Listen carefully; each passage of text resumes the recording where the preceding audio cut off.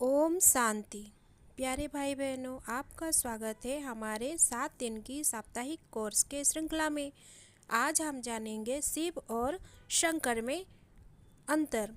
बहुत से लोग शिव और शंकर को एक ही मानते हैं, परंतु वास्तव में इन दोनों में भिन्नता है। आप देख सकते हैं, दोनों की प्रतिमाएं भी अलग अलग आकार वाली होती हैं। शिव की प्रतिमा अंडाकार अथवा अंगुष्ठाकार होता है, जबकि महादेव शंकर की प्रतिमा शारीरिक आकार वाली होती है।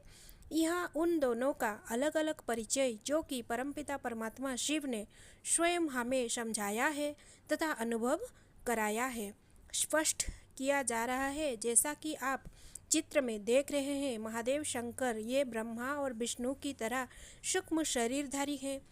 इन्हें महादेव कहा जाता है, परंतु इन्हें परमात्मा नहीं कहा जाता।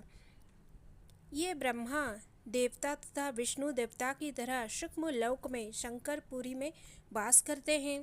ब्रह्मा देवता तथा विष्णु देवता की तरह ये भी परमात्मा शिव की रचना है।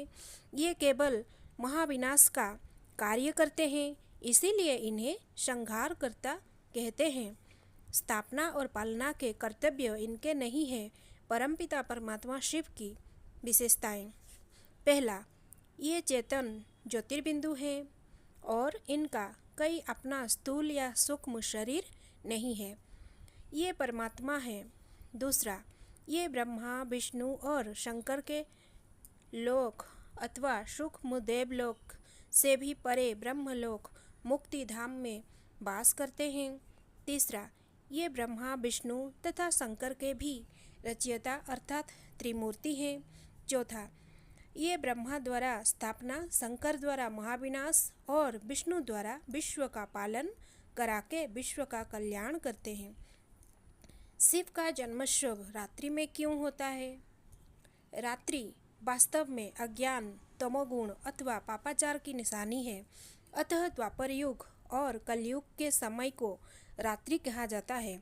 कलयुग की अंत में जबकि साधु, सन्यासी, गुरु, आचार्य इत्यादि सभी मनुष्य पतित तथा दुखी होते हैं और अज्ञान निद्रा में सोए पड़े होते हैं, जब धर्म ग्लानि होती है और जब ये भारत विषय विकारों के कारण वेश्यालय बन जाता है, तब पतित पावन परमपिता परमात्मा शिव इस सृष्टि में दिव्य जन्म लेते हैं। इसीलिए अन्य सबका जन्मोत्सव अथवा जन्मदिन रूप में मनाया जाता है, परंतु परमात्मा शिव के जन्मदिन को शिवरात्रि ब्राइट नाइट कहा जाता है। अतः यहाँ चित्रों में जो कालिमा अथवा अंधकार दिखाया गया है, वो अज्ञान अंधकार अथवा विषय विकार की रात्रि का घोतक है। ज्ञान सूर्य शब्द शिव के प्रकट होने से सृष्टि से अज्ञान, अंधकार तथा विकारों का नाश होता है।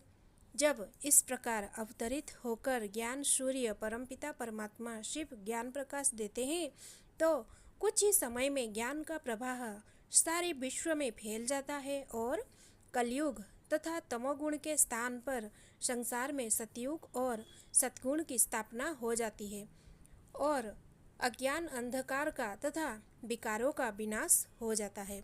सारे कल्प में परमपिता परमात्मा शिव के एक अलौकिक जन्म से थोड़े समय में ही ये सृष्टि वेश्यालय से बदलकर शिवालय बन जाती है और नर को नारायण पद तथा नारी को श्री लक्ष्मी की पद की प्राप्ति हो जाती है। इसीलिए शिवरात्रि हीरे तुल्य है।